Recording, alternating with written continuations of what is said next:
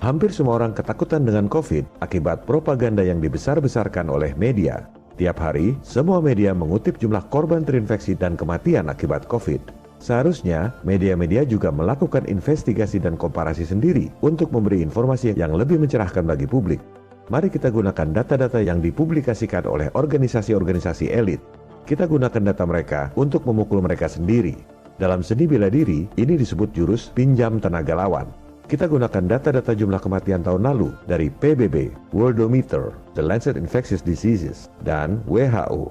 Jumlah kematian orang sedunia tahun lalu, proporsi 131 hari dari 1 Januari sampai dengan 10 Mei, hampir 21 juta orang yang mati. Jumlah kematian akibat kanker tahun lalu, pada periode yang sama, 3 juta orang. Kematian akibat HIV atau AIDS, 616.000 orang. Akibat diare, 586.000 orang. Akibat TBC, 530.000 orang. Akibat malaria, 359.000 orang. Akibat COVID-19 disebut 280.000 orang. Artinya, dari 100 orang yang mati di seluruh dunia, cuma 1 orang yang mati karena katanya terinfeksi COVID. Itu pun hasil tesnya 80% meleset. Bukan karena PCR-nya, tapi karena nggak ada acuan ilmiah yang disebut gold standard.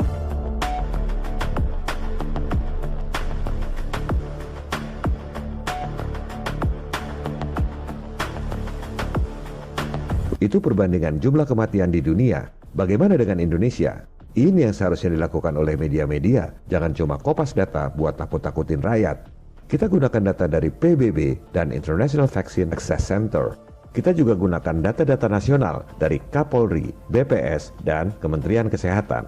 Jumlah kematian di Indonesia tahun lalu, proporsi 131 hari dari 1 Januari sampai 10 Mei, 632.000 orang mati. Kematian akibat diare balita hampir 12.000 orang. Akibat kecelakaan lalu lintas 8.400 orang. Akibat HIV atau AIDS 1.600 orang. Berapa jumlah kematian yang katanya karena COVID? 959 orang.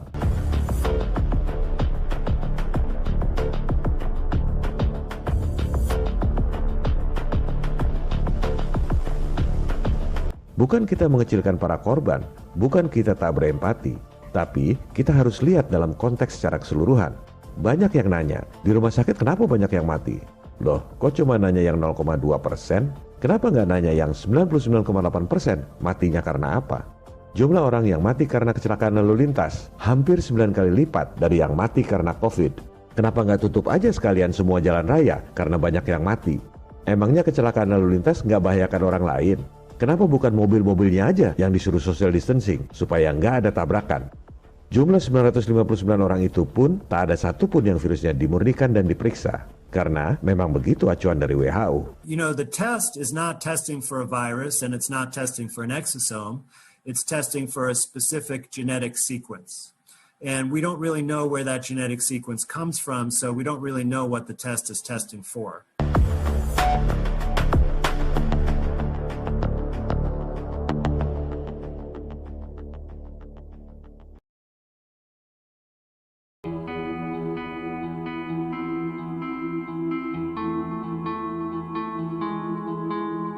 Berikut adalah kesimpulan yang akan saya tulis di layar agar bisa di-capture dan sebar lewat medsos. Sebab, menurut saya, ini adalah temuan yang luar biasa dari Dr. Kaufman.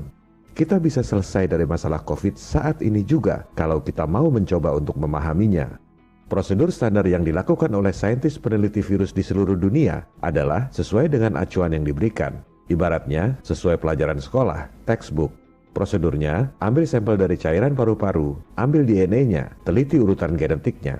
Argumentasinya, dari inang atau rumah yang rusak itu pasti ada pencurinya. Jadi, yang diambil itu pasti DNA dan RNA virusnya. Lantas, dibandingkan dengan urutan genetik virus lain yang sudah dikenal. Penentuan spesies COVID adalah seperti itu, langsung dibandingkan dengan urutan genetik SARS. Karena 75% urutan genetiknya sama, maka disimpulkanlah bahwa itu adalah keluarga virus corona. Padahal, menurut sains mereka sendiri, DNA manusia itu 80% sama dengan ikan zebra.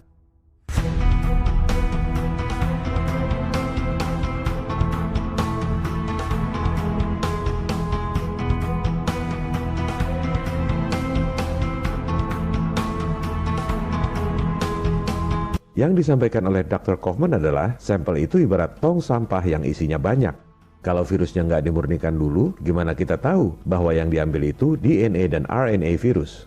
Yang diambil justru DNA eksosom, karena baik ukuran, berat, dan bentuknya sangat mirip dengan virus.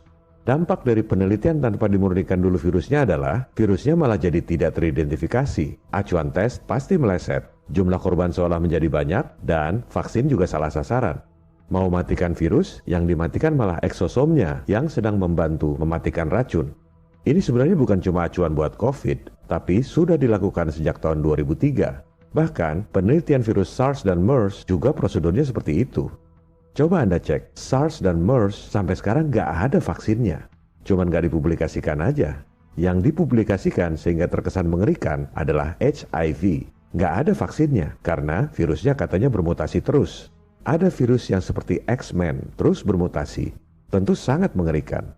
Sebenarnya, tahun 2003 itu ada peneliti HIV yang sangat kredibel di Johns Hopkins University bernama Profesor James Hildreth. Dialah yang pertama kali mengungkap bahwa yang dikira virus HIV itu sebenarnya eksosom. Makanya selalu berubah dan gak bisa dikasih vaksin, karena eksosom itu memang selalu berubah sesuai kadar racun yang ada di dalam tubuh. Ini juga bisa terjadi pada COVID.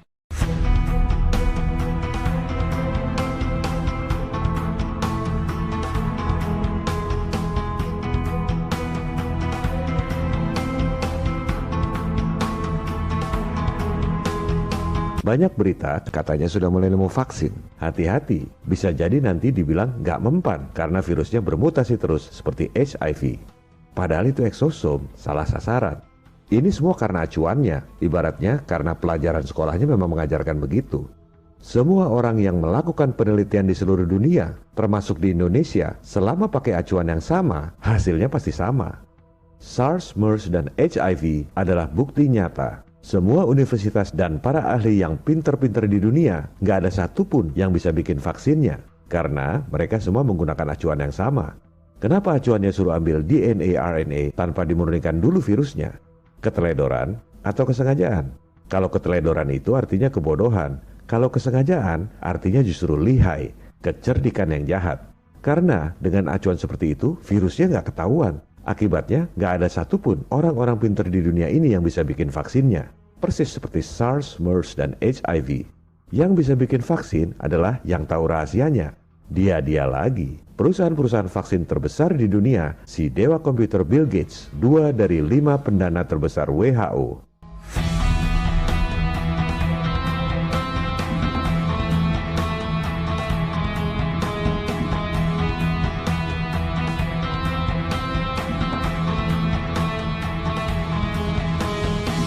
Semua orang yang ngerti software pasti tahu bahwa di dunia komputer itu yang bikin virus adalah perusahaan antivirus.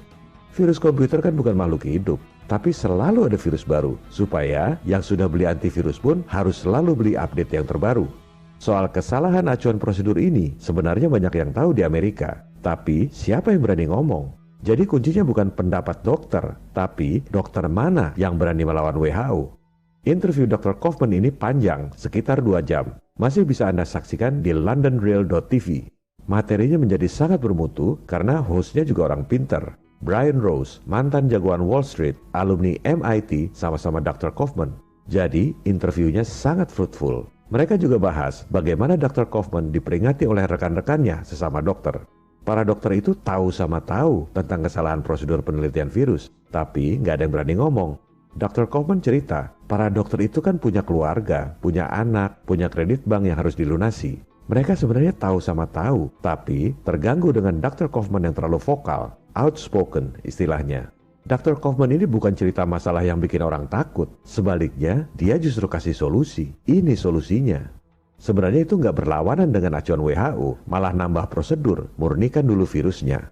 Kalau ini dilakukan, mungkin bukan cuma COVID yang ketemu vaksinnya. Bisa jadi virus-virus lama yang nggak ada vaksinnya itu, SARS, MERS, dan HIV, jadi ketemu vaksinnya.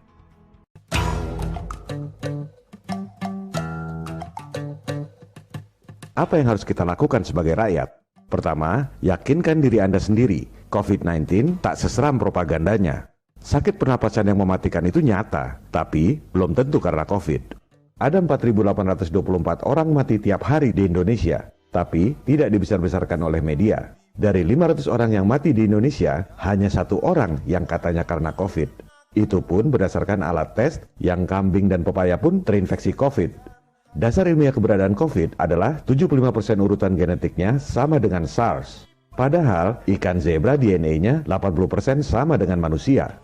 Kita digiring oleh propaganda ketakutan, lockdown, jebakan Nekolim. Hong Kong tidak lockdown, jumlah kematian cuma 4 orang, cukup social distancing. Solusi konkret untuk menurunkan jumlah korban COVID adalah alat tes yang akurat. Caranya, murnikan dulu virusnya, baru kemudian dipetakan. Dari 160.000 dokter di Indonesia, sebenarnya cukup dikerjakan oleh 10 orang saja. Yang penting action, tak perlu debat publik. Ketiga, sebarkan informasi. Share lewat WA, tele, medsos, dan lain-lain.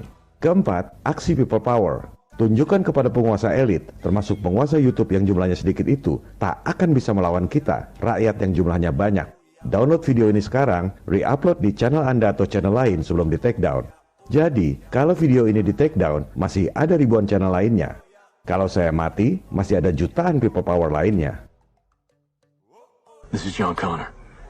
If you're listening to this, you are the resistance. Stay safe. Salam people power.